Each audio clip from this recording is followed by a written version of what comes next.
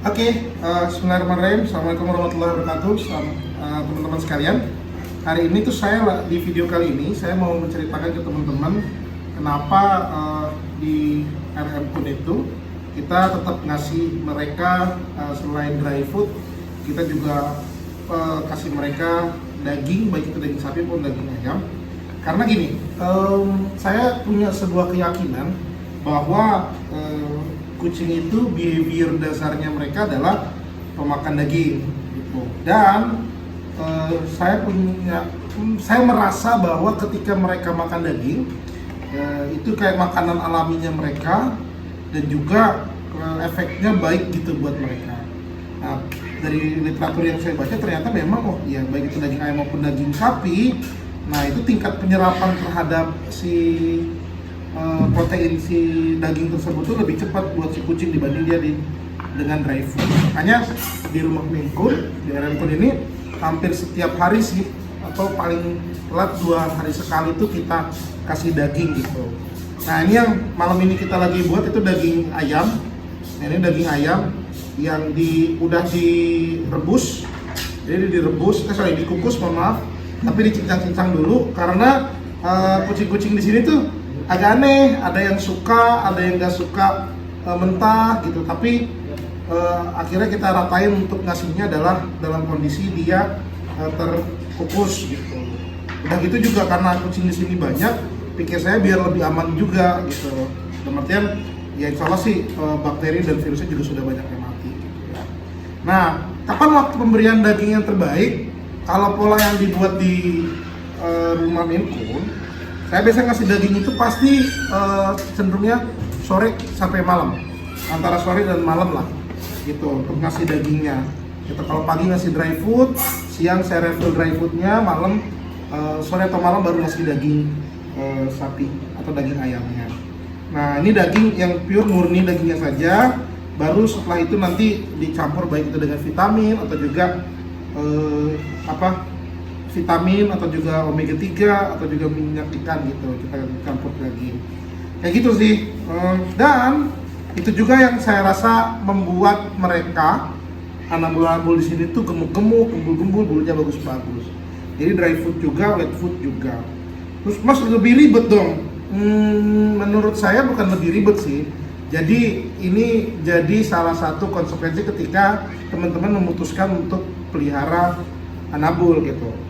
Ya, kalau mau lebih simpel ngasih dry food pun boleh juga, nggak jadi masalah. Tapi kalau mau dia optimal secara pertumbuhannya, apalagi Maine Coon, saran saya tetap disediakan wet food, daging sapi maupun daging ayam kayak gitu. Nah, langsung ya kita coba ya kasih ke mereka bagaimana kucing-kucing di sini. Kalau di sini polanya, kalau yang kucing lagi pejantan kita kasih daging sapi. Yang lagi menyusui, yang lagi hamil kita kasih daging sapi juga. Kalau anak-anakan, terus juga yang remaja-remaja kita kasihnya daging ayam. Nah, kurang lebih gitu. Nah, kita langsung ya kita kasih buat anabul-anabul di sini daging ini kita olah dulu. Oke, baik. Ini daging yang setelah diproses. Nah, baru kita masukin ke tempat wadahnya mereka masing-masing. Mas Wahyu, ada ini nggak? Ada ketentuan nggak harus berapa gram? Sebetulnya idealnya memang dibatasin, dalam artian ada aturannya.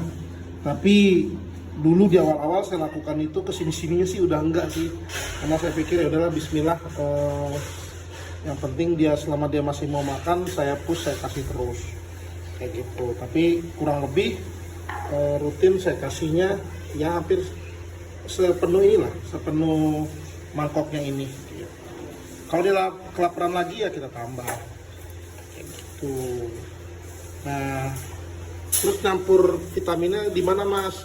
Seringkali saya campur di sini gitu, atau saya campurnya di tempat makan mereka masing-masing, karena setiap anabul beda-beda tuh kebutuhannya. Ketika ada yang memang saya konsentrasikan buat bulu, minyak ikannya lebih banyak gitu kan. Kalau konsentrasi ke berat badan, kalau tulang, kalsiumnya lebih banyak dan lain-lain lah, kurang lebih begitu. Nah, ini dia kita kasih ke mereka dewannya gitu. Jadi tiap malam mereka ini dapat ini terus, dapat makan ini ya. Kalau lagi miss-missnya sehari 2 hari sekali lah. Ini kayak kurang nih. Ada lagi Ren? Nah, ini kasih. Ini dua-duanya atau satu tempat? Dua-duanya. Habis berapa kilo sehari? Sehari ya kurang lebih habis 2-3 kilo. Nah, sebetulnya ngasih dia dalam kondisi yang tidak mentah atau matang seperti ini tuh secara sistem pencernaan juga lebih aman buat dia, karena lebih aman dari sisi bakteri ya. Itu nggak beresiko terkena bakteri-bakteri yang mungkin karena belum matang tadi gitu. Nah, ini banyak juga jadinya ya. Nah, di sini saya kasih ini semua. Terus kalau nggak ada yang nggak mau, gimana Mas Wahyu? Misalkan dari Anabulnya, kalau ada yang nggak mau, biasanya saya tambah baik itu dengan snack atau makanan basah sebagai pemancing aja sih, supaya dia mau makan. Ini udah belum ya yang ini? 3 ya. Oke, sip. Nah, nanti kita kasih ya. Oke teman-teman sekalian, setelah dia dikasih begini, baru dia kita kasih satu-satu.